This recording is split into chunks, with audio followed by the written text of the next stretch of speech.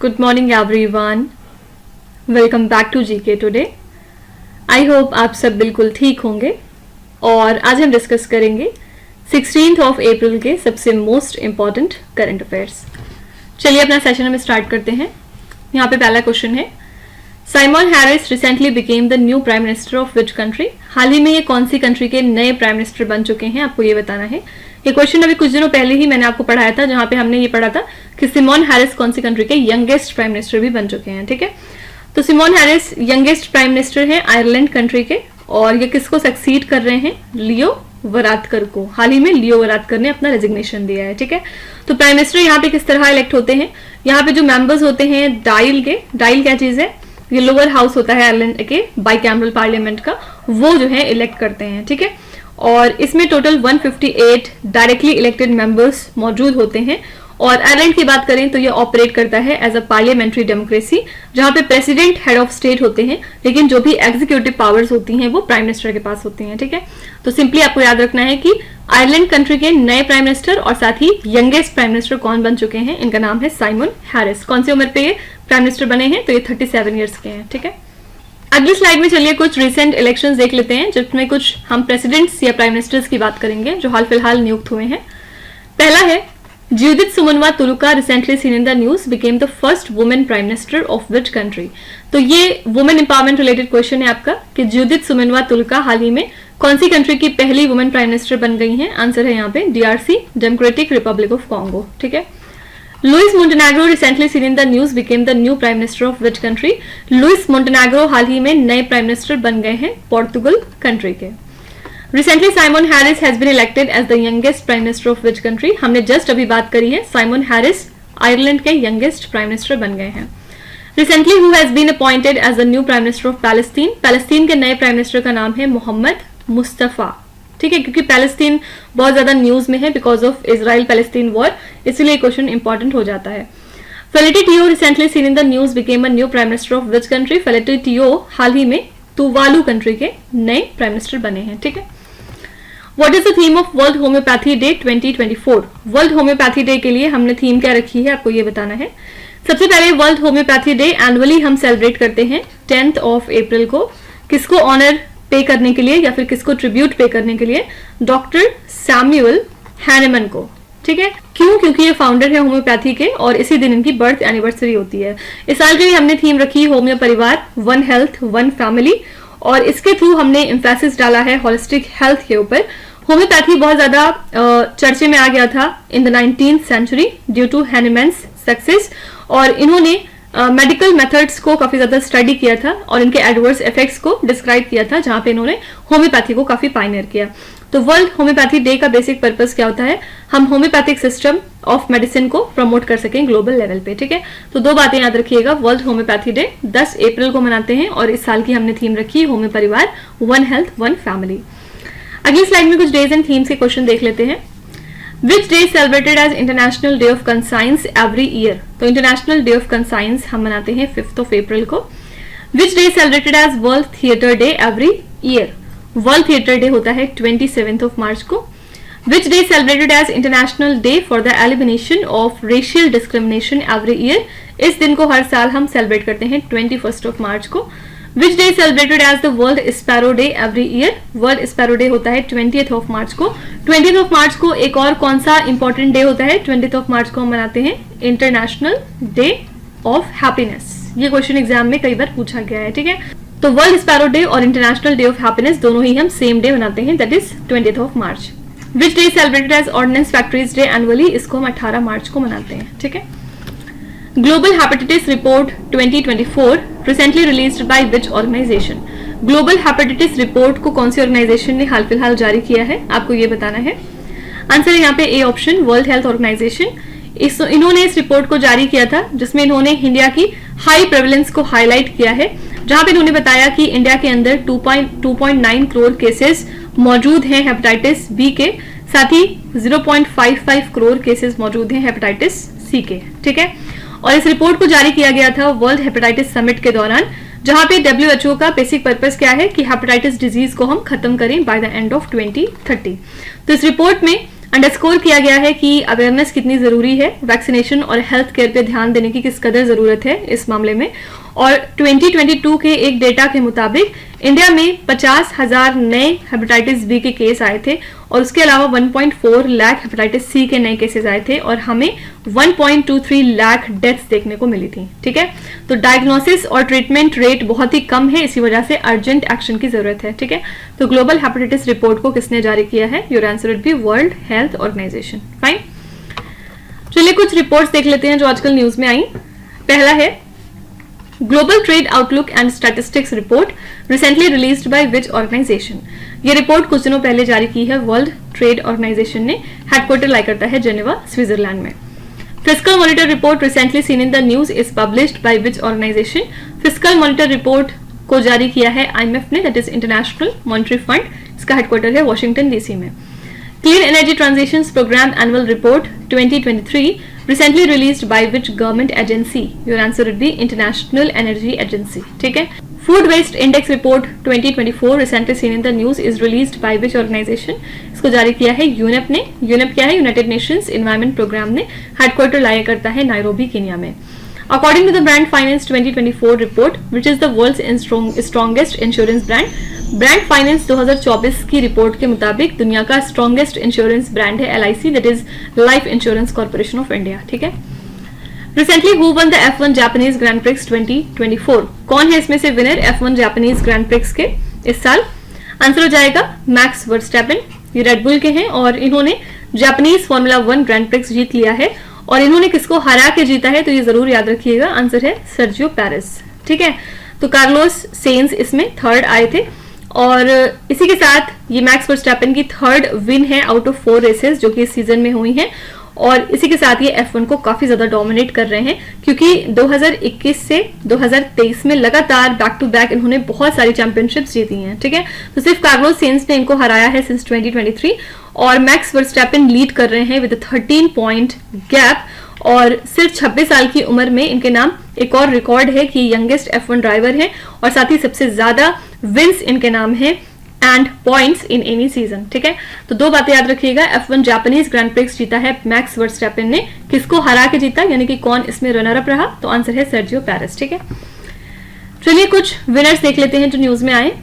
पहला है who one the 56 national kho kho championship 2023 to 2024।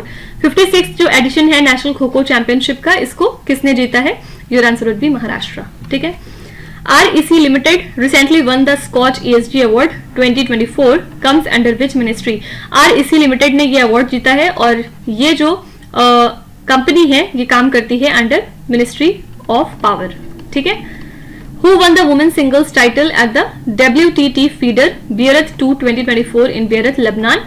इसके लिए विनर कौन है? Your answer would be Shreeja Akula. Nahid Divecha, who recently won 2 gold medals in the Indian Masters National Badminton Championship, belongs to which Indian state? इन्होंने 2 gold medal जीते हैं इस championship में और ये महाराष्ट्र को बिलोंग करती हैं। ठीक है, Who won the Abel Prize 2024, sometimes called the Nobel Prize of Mathematics? सबसे पहले आपको ये बात याद रखनी है कि एबल प्राइज को मैथमेटिक्स की फील्ड में दिया जाता है और इस साल के लिए विनर है मिशेल तालाग्रैंड। ठीक है, ये क्वेश्चन काफी इंपॉर्टेंट है। नेक्स्ट है रिसेंटली हु ऑर्गेनाइज द शक्ति which is the festival of music and dance. किसमें से कौन सी ऑर्गेनाइजेशन या कौन सी चीज है जिन्होंने शक्ति को ऑर्गेनाइज किया है? आंसर है ए ऑप्शन, संगीत नाटक एकेडमी। इन्होंने शक्ति को लॉन्च किया है जिससे कि टेम्पल के ट्रेडिशंस को रिवाइव किया जा सके। इसको नवरात्रि के दौरान कंडक्ट कराया गया था और इससे 9 गॉडेसेस की पावर को सेलिब्रेट किया जाता है। ठीक है, तो इस फेस्टिवल को जो है 7 शक्तिपीठ में स्पैन किया गया इन across India, from Kamakhya temple जो कि गुवाहाटी में है अप टू शक्तिपीठ माँ हरसिद्धि टेम्पल जो कि उज्जैन में है। ठीक है, तो हाँ यहाँ पे हमको सिंपली याद रखना है कि शक्ति जो कि festival of music and dance है, इसको किसने ऑर्गेनाइज किया है? योर आंसर वुड बी संगीत नाटक एकेडमी। ठीक है, चलिए कुछ फेस्टिवल्स देख लेते हैं जो न्यूज में आए। पहला है Gangaur festival recently seen in the news is celebrated in which Indian state? Gangaur festival हाल ही में राजस्थान स्टेट में सेलिब्रेट किया गया। Shigmo festival recently seen in the news is celebrated in which Indian state? Shigmo festival को मनाया है गोवा स्टेट ने। Chamaya Vilakku festival recently seen in the news is associated with which Indian state? ये फेस्टिवल है केरला स्टेट का। गुलाल गोटा recently seen in the news is a traditional festival of which Indian city? Answer है यहाँ पे जयपुर। गुलाल गोटा को जयपुर राजस्थान में मनाया गया। Gorsam Kora festival 2024 recently seen in the news is celebrated in which Indian state? Gorsam Kora festival होता है अरुणाचल प्रदेश में। ठीक है। Recently where was the India Kazakhstan joint working group on counter terrorism organized? ये जो वर्किंग ग्रुप मीटिंग है ये कहाँ पे हुई है ऑन काउंटर टेररिज्म? तो सबसे पहले ये 5th एडिशन था India Kazakhstan joint working group meeting का ऑन काउंटर टेररिज्म, जो कि हाल फिलहाल हुई है अस्ताना में। ठीक है। यहाँ पे डेलीगेशंस ने डिस्कस किया कि किस तरह से रीजनल टेररिज्म थ्रेट्स को कम किया जाए, including the cross border terrorism in South Asia and in the Afghanistan Pakistan region. तो यहाँ पे इन्होंने चैलेंजेस को एड्रेस किया, लाइक जो टेक्नोलॉजी यूज कर रहे हैं टेररिस्ट, और इसके अलावा जो इंटरनेट का मिसयूज हो रहा है और जो भी टेरर फाइनेंसिंग हो रही है उससे रिलेटेड। तो दोनों ही पार्टीज ने स्ट्रेस किया है कि हमें कोऑपरेशन बढ़ाना होगा via information exchange, capacity building and multilateral engagement. ठीक है। और उसके बाद इन्होंने एग्री किया है कि जो 6th मीटिंग होगी इसकी वो कहाँ पे होगी? इंडिया के अंदर। फाइन। यहाँ पे आंसर है A option, that is Astana. ये मीटिंग हुई थी अस्ताना में। चलिए नेक्स्ट स्लाइड में कुछ मिलिट्री एक्सरसाइज देख लेते हैं जो न्यूज में आए 2024 में। पहला है Dustlik joint military exercise recently seen in the news is conducted between which 2 countries? Dustlik नाम की एक्सरसाइज होती है इंडिया और उज्बेकिस्तान के बीच में। Recently which country conducted joint naval exercise with US, Australia and Japan? This country is Philippines. Philippines ने conduct किया है ये ज्वाइंट नेवल एक्सरसाइज किसके साथ, कौन कौन सी कंट्रीज के साथ मिलकर? US, Australia and Japan. Gagan Shakti 2024 exercise recently conducted by Indian air force at which place? ये एक्सरसाइज हुई है कहाँ पे? पोखरण राजस्थान में। IMT trilateral exercise recently seen in the news is conducted between which one of the following countries? IMT trilateral exercise कौन सी 3 countries के बीच में हुई है? आंसर है इंडिया, सेकेंड है मोजाम्बिक और थर्ड है Tanzania. Exercise tiger Triumph recently seen in the news is conducted between which 2 countries? Tiger Triumph हुई है इंडिया और यूएसए के बीच में। ठीक है। नेक्स्ट है Jenu Kuruba tribe recently seen in the news primarily resides in which region of India? ये tribe आपको कहाँ पे मिल जाएगी? तो ये ट्राइब आपको ज्यादातर वेस्टर्न घाट में मिलेगी, और ये जो है हिस्टोरिकली मार्जिनलाइज्ड रहे हैं हमेशा से, और इनके राइट्स और जो डेवलपमेंट अपॉर्चुनिटीज हैं वो बहुत दूर है इनसे। जेनू का मतलब होता है हनी, और कुर्बा जो शब्द है कुर्बा इनके कास्ट को डिनोट करता है। ठीक है। इसी के साथ इनका ये ट्रेडिशनल ऑक्यूपेशन नाम दर्शाता है, जैसे कि ये हनी गैदरर्स हैं। तो ये स्मॉल सेटलमेंट्स में रहते हैं और इसका एक पर्टिकुलर टर्म होता है नेम्ड एज हाडी, और यहाँ पे ये शिफ्टिंग कल्टीवेशन को प्रैक्टिस करते हैं और फॉरेस्ट रिसोर्सेज पे रिलाई करते हैं फॉर सस्टेनेंस। तो इनका जो सेमी नोमैडिक लाइफस्टाइल है वो स्ट्रक्चर्ड है with the local leaders and ritual heads, और जो भी एक्सटर्नल अथॉरिटीज और रिलीजियस इंस्टीट्यूशंस हैं उनका कोई इंपैक्ट नहीं है इनके ऊपर। ठीक है। तो जेनू कुरुबा ट्राइब आपको कहाँ पे मिल जाएगी? आंसर है बी ऑप्शन, वेस्टर्न घाट्स में। प्राइमरली ये कहाँ पे रहते हैं? वेस्टर्न घाट्स में। कभी भी हम किसी ट्राइब की बात करते हैं तो ऐसा नहीं कि वो सिर्फ उस पर्टिकुलर एरिया में आपको मिलेंगे, बल्कि हो सकता है कि उसके आसपास के जो एरिया है वहां पे भी थोड़े बहुत माइनर नंबर्स में मिल जाए, लेकिन यहाँ पे हम प्रीडोमिनेंटली बात करते हैं कि ज्यादातर वो कहाँ पे पाए जाते हैं। ठीक है। तो आंसर है यहाँ पे वेस्टर्न घाट्स। चलिए कुछ ट्राइब्स देख लेते हैं जो न्यूज में आई।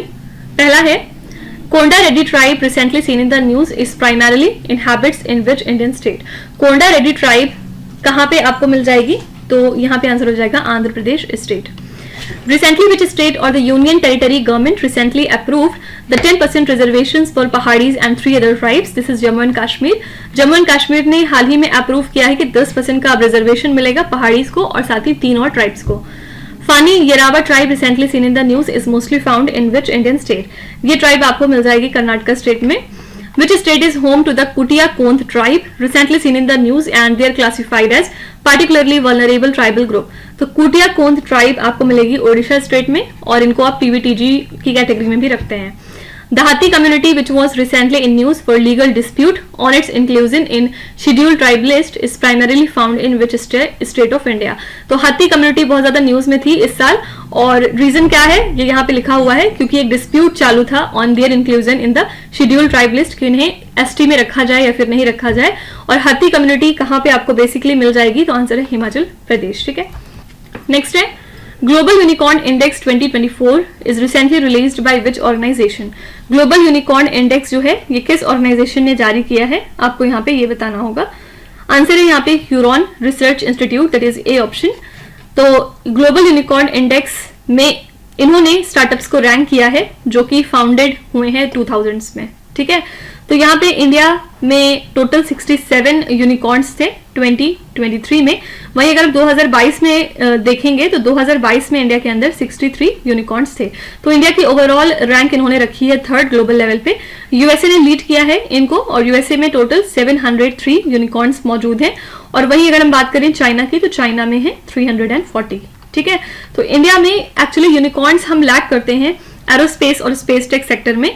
और यूनिकॉर्न्स, आई एम श्योर कि आपको समझ में आ रहा होगा क्या होते हैं। Unicorns privately held venture capital backed startups होते हैं जिनकी जो वर्थ है या वैल्यू है वो $1 बिलियन तक होती है, ठीक है।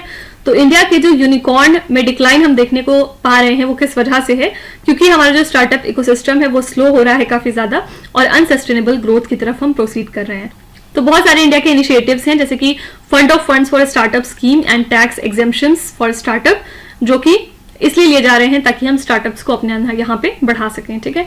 तो ग्लोबल यूनिकॉर्न इंडेक्स को किसने रिलीज किया है? Answer is A option, Huron research institute. चलिए कुछ यहाँ पे ऑर्गेनाइजेशंस देख लेते हैं जो न्यूज में आई। पहला है, recently which organization launched a new edition of the girl empowerment mission. कौन सी ऑर्गेनाइजेशन है जिसने एक नया एडिशन जारी किया है गर्ल एम्पावरमेंट मिशन का?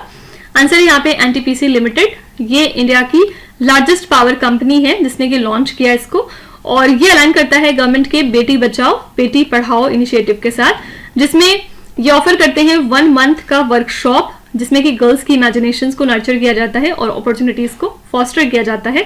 From April 2024 3000 under privilege children जो है वो अब तक ज्वाइन कर चुके हैं 42 लोकेशन से, जिसके बाद 10,000 बेनिफिशरीज इसके हो चुके हैं। और इसको स्टार्ट किया गया था 2018 में विथ जस्ट 392 पार्टिसिपेंट्स, और बाद में जाके ये काफी ज्यादा एक्सपैंड हुआ है, ठीक है। तो यहाँ पे आंसर है NTPC limited. India recently collaborated with which organization to nurture the startups in the EV battery recycling field. India ने हाल ही में कौन सी ऑर्गेनाइजेशन के साथ कोलैबोरेट किया है स्टार्टअप्स को नर्चर करने के लिए इन द ईवी यानी कि electric vehicle battery recycling field? यहाँ पे आंसर हो जाएगा यूरोपियन यूनियन। इंडिया और यूरोपियन यूनियन ने पार्टनरशिप करी है इलेक्ट्रिक व्हीकल गोल्स को एडवांस करने के लिए, जहां पे ये फोकस करेंगे बैटरी रिसाइकलिंग टेक्नोलॉजीज के ऊपर। ये कोलैबोरेशन आता है under the India European union trade and technology council, जिसका बेसिक पर्पस क्या है? कोऑपरेशन को इनहांस करना between the small and medium enterprises and startups in clean and green technologies. तो प्राइम मिनिस्टर नरेंद्र मोदी और उर्सुला वॉन डर लियन ने इस एफर्ट को इनिशिएट किया था, और पर्पस क्या है? एक ग्रीन और सर्कुलर इकोनॉमी को फॉस्टर कराना, ठीक है। तो यहाँ पे आंसर है European Union. Economic and social survey of Asia and the Pacific 2024 report recently released by which organization? ये रिपोर्ट जारी करी है यूनेस्कैप ने, ठीक है। फुल फॉर्म क्या होता है? United Nations Economic and Social Commission for Asia and the Pacific, ठीक है। Recently which organization have successfully conducted a flight test of Agni prime which is a medium range ballistic missile? सबसे पहले याद रखिएगा कि अग्नि प्राइम एक बैलिस्टिक मिसाइल होती है और इसका टेस्ट कंडक्ट किया था डीआरडीओ ने, ठीक है। एक और क्वेश्चन एग्जाम में पूछा गया था कि अग्नि पी में पी किस चीज को स्टैंड करता है? 4 ऑप्शन दिए थे, आंसर है यहाँ पे प्राइम, ठीक है। Akash Teer air defence system recently seen in the news is developed by which organization? Akash Teer air defence system को डेवलप किया है बीईएल ने। बीईएल क्या है? भारत इलेक्ट्रॉनिक्स लिमिटेड ने, ठीक है। Recently, President of India inaugurated a 2-day homeopathic symposium at which place? India के प्रेसिडेंट ने इनॉग्रेट किया है 2 दिन का होम्योपैथिक सिंपोजियम। कौन सी जगह पे? आपको ये बताना है। तो प्रेसिडेंट द्रौपदी मुर्मू ने इनॉग्रेट किया ये 2 दिन का होम्योपैथिक सिंपोजियम नई दिल्ली में। और किस लिए? तो जो वर्ल्ड होम्योपैथी डे था उसको कमेमोरेट करने के लिए। यहाँ पे इन्होंने होम्योपैथी की ग्लोबल एक्सेप्टेंस को एम्फसाइज किया है as a simple and accessible treatment, ठीक है। और इसके अलावा प्रेसिडेंट द्रौपदी मुर्मू ने प्रेज किया है बहुत सारी बॉडीज को, जैसे कि मिनिस्ट्री ऑफ आयुष को, और कुछ गवर्नमेंट बॉडीज थी जैसे कि CCRH हो गया, नेशनल कमीशन फॉर होम्योपैथी हो गया, नेशनल इंस्टीट्यूट ऑफ होम्योपैथी हो गया, इनके इंपॉर्टेंट रोल्स के लिए कि किस तरह से ये प्रमोट कर रहे हैं होम्योपैथी को इंडिया के अंदर, ठीक है। तो ये 2 दिन का होम्योपैथिक सिंपोजियम कहाँ पे ऑर्गेनाइज किया गया था? Your answer is new Delhi. चलिए कुछ रिसेंट इनॉग्रेशन देख लेते हैं। पहला क्वेश्चन है, Recently, Indian Coast Guard Aquatic Center has been inaugurated at which place? Indian Coast Guard Aquatic Center हाल ही में इनोग्रेट हो चुका है रामेश्वरम में। रामेश्वरम कहाँ पड़ता है? तमिलनाडु स्टेट में। Recently where was the world's first Om shaped temple inaugurated? दुनिया का पहला ओम शेप्ड टेम्पल इनॉग्रेट हुआ है राजस्थान में। रिसेंटली वेयर वॉज द कृषि integrated command and control centre inaugurated? ये हाल ही में इनॉग्रेट हुआ है नई दिल्ली में। Recently, India's Numaligarh Refinery Limited inaugurated its first international office in which country? Your answer would be Bangladesh. ठीक है, इंडिया की जो नुमालीगढ़ रिफाइनरी लिमिटेड है, इन्होंने अपना पहला इंटरनेशनल ऑफिस क्रिएट किया है बांग्लादेश कंट्री में। Recently, where was the India's first indoor athletics and aquatic center inaugurated? Your answer would be Bhubaneswar. ठीक है, लास्ट क्वेश्चन है, Clean Economy Investor Forum will be organized by the Indo-Pacific Economic Framework for Prosperity in which country in June 2024? तो clean economy investor forum को organise किया जाएगा by the Indo Pacific economic framework for prosperity. कौन सी country के अंदर, आपको ये बताना है। आंसर है यहाँ पे Singapore, that is A option. Indo Pacific economic framework for prosperity clean economy investor forum को सिंगापुर में कंडक्ट किया जा रहा है जून 2024 में, जिससे कि हम इन्वेस्टमेंट्स को अट्रैक्ट कर सकें for sustainable infrastructure, climate tech and renewable energy project. तो जो भी टेक कंपनीज और स्टार्टअप्स हैं उनको इनवाइट किया गया है, जिससे कि वो इंडियन इन्वेस्टमेंट प्रोजेक्ट्स को शोकेस कर सकें ईवी और सोलर एनर्जी इंफ्रास्ट्रक्चर में। इस प्रोजेक्ट को लॉन्च किया गया था मई 2022 में, और IPEF का पर्पस क्या है? इकोनॉमिक पार्टनरशिप्स, इक्विटी और कॉम्पिटिटिवनेस को बॉस्टर करना in the Indo Pacific region, और ये एक US लेड इनिशिएटिव है, याद रखिएगा। इसमें टोटल 14 कंट्रीज मौजूद हैं। ठीक है, यहाँ पे आंसर है ए ऑप्शन सिंगापुर। ये कब होगा? आंसर है जून 2024 में। चलिए कुछ इंटरनेशनल करंट अफेयर्स देख लेते हैं लास्ट में। फर्स्ट है, Sea Dome air defence system recently seen in the news is developed by which country? Sea Dome air defence system को डेवलप किया है इजराइल ने। ठीक है, इजराइल ने डिप्लॉय कर दिया है अपना ये शिप माउंटेड डिफेंस सिस्टम पहली बार, और ये एक नेवल एडाप्टेशन है आयरन डोम का, और ये प्रोटेक्ट करता है against rocket and missile threat. तो इसमें रडार डिटेक्शन को यूटिलाइज करते हुए हाई इफेक्टिवनेस बूस्ट होती है, और इसको माउंट किया गया था SAR 6 क्लास कॉर्वेट के ऊपर, और ये इंटीग्रेट करता है with ship radar for enhance target detection. तो सी डोम इंश्योर करता है कॉम्प्रिहेंसिव मैरीटाइम डिफेंस को अगेंस्ट द मॉडर्न थ्रेट्स, जहां पे ये शोकेस करेगा इजराइल की एडवांस्ड मिलिट्री टेक्नोलॉजी को। ठीक है, तो आंसर है Israel. Zaporizhzhia nuclear power plant recently seen in the news is located in which country? ये न्यूक्लियर पावर प्लांट आपको मिल जाएगा यूक्रेन में। Angara A5 space rocket recently seen in the news is developed by which country? Your answer is Russia. ठीक है, recently which country has introduced a new gold back currency named as ZiG? ये ZiG नाम की currency हाल ही में introduce कराई गई है जिम्बाब्वे कंट्री में। तो Z is for Zimbabwe and Z is for ZIG. Recently, which country ended its diplomatic ties with Ecuador? ये कंट्री है मैक्सिको। मैक्सिको ने अपने डिप्लोमेटिक टाइज खत्म कर दिए हैं इक्वाडोर कंट्री के साथ। ठीक है, तो इसी के साथ हमने आज के सभी इंपॉर्टेंट करंट अफेयर्स को कवर कर लिया। आई होप कि आपने सेशन को काफी एंजॉय किया होगा, और डेफिनेटली आप काफी कुछ नया सीख के ही जा रहे होंगे। चलिए फिर आपके क्विज पे चलते हैं, जहां पे स्क्रीन पे आपको 5 क्वेश्चंस दिखाई दे रहे होंगे। ये क्वेश्चंस ऑलरेडी हम पीछे कहीं ना कहीं डिस्कस कर चुके हैं। यहाँ पे आपको वीडियो को पॉज करना है, हर क्वेश्चन को ध्यान से पढ़ना है, और इसमें से आपको जितने भी आते हैं आप उनका जवाब कमेंट्स में मेंशन कर सकते हैं, और जो नहीं आते उसके लिए बिल्कुल भी परेशान होने की जरूरत नहीं है। विथ टाइम डेफिनेटली आपका स्कोर इंप्रूव करेगा, बस आपको हमारे साथ कंसिस्टेंट और परसिस्टेंट रहने की जरूरत है। So that's it for today. I hope you have like the session. आज का सेशन आपको कैसा लगा आप जरूर बताइएगा कॉमेंट्स में। साथ ही साथ आपका कोई भी रिव्यू है, फीडबैक है या फिर सजेशन है, तो वो भी आप हमें बता सकते हैं। हमें जानकर खुशी होगी और हम पूरी कोशिश करेंगे उसको इम्प्लीमेंट करने की। तो कल फिर मिलेंगे सेम टाइम सेम जगह कल के करंट अफेयर्स के साथ। Till then stay tuned. Thank you so much for watching, and please do not forget to subscribe to GK Today. With this, Meenuzat Sana signing off.